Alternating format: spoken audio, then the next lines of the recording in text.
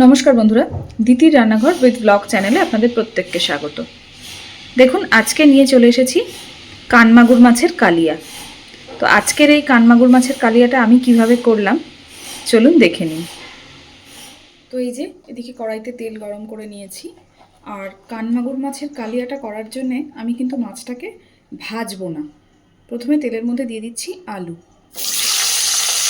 সত্যি বলতে মাছটা ভাজবো না, কারণ কানমাগুর মাছ ভীষণ ফাটে, তো আমি মশলার সাথে কষে নেব। আপনারা চাইলে ভেজে নিতেই পারেন।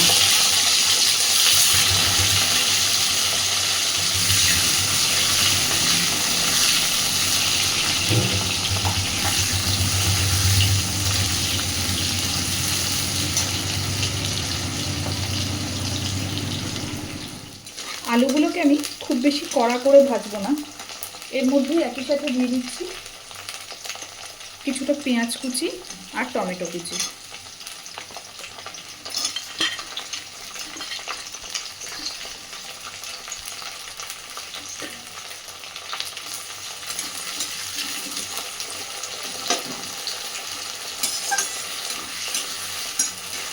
টমেটোটা একটু নরম হওয়া পর্যন্ত আর পেঁয়াজগুলো একটু স্বচ্ছ হবে সেই পর্যন্ত এটা ভেজে নেব।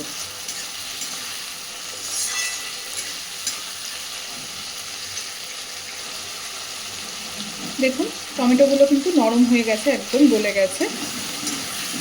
পেঁয়াজটাও বেশ খানিকটা ভাজা হয়ে গেছে।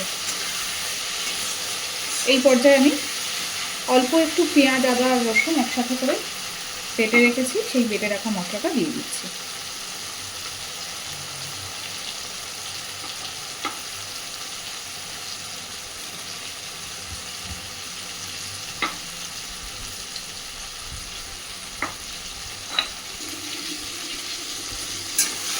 কষে নেব ভালো মতো। এখানে আমি পেঁয়াজটাও খুব কম ব্যবহার করেছি, আদাটাও খুব কম ব্যবহার করেছি, রসুনটা একটু বেশি দিয়েছি। এবার দিয়ে দেবো পরিমাণ মতো লবণ।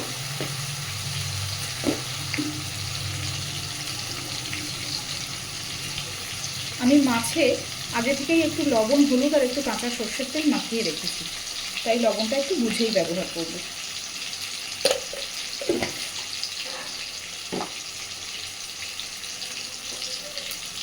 দিয়ে দিচ্ছি হলুদ,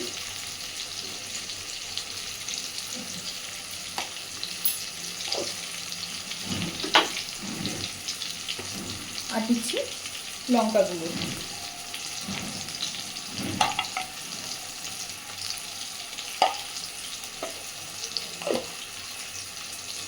খুব ভালোভাবে এবার মশলাটাকে কষে নেব।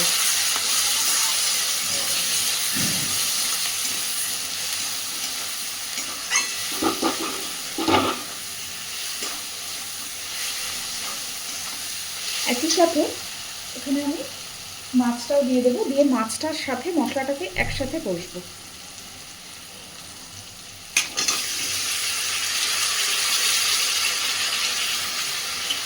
মাছটা খুব বেশি বড় না, ছোট কানমাগুর মাছ।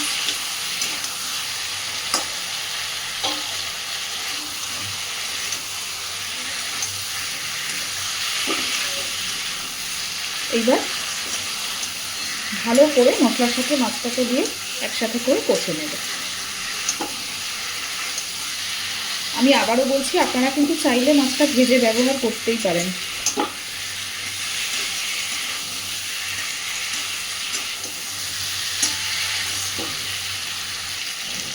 আমি বেশ খানিকটা সময় ধরে মাছটা মশলার সাথে কষে নিয়েছি। এবার ওপর থেকে অল্প একটু জিরের গুঁড়ো দিচ্ছি,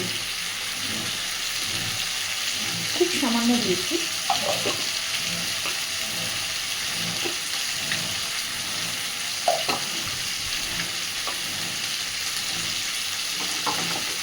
আবারও মিনিট দিয়ে একটু নাড়াচাড়া করে মিশিয়ে নেব।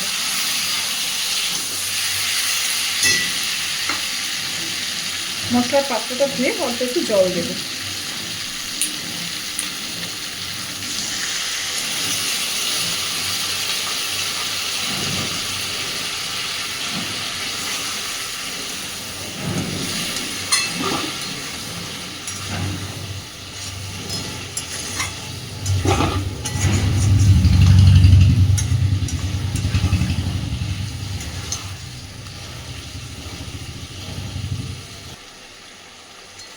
দেখুন সুন্দর করে সব কিছু কষানো হয়ে গেছে।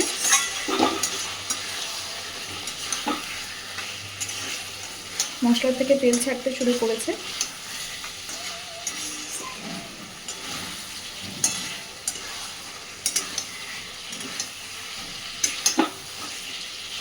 কানমাগুর মাছ এমনই একটা মাছ, এই মাছ কিন্তু ভেঙে যাওয়ার সম্ভাবনা নেই।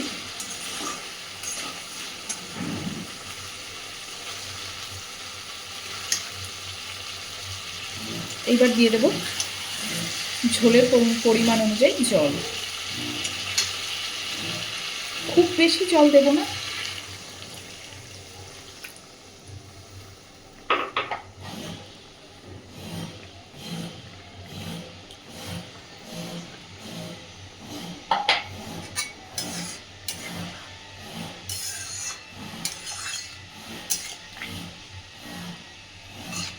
এবার মিনিট 2-3 ভালোভাবে এটা ফুটিয়ে নেব।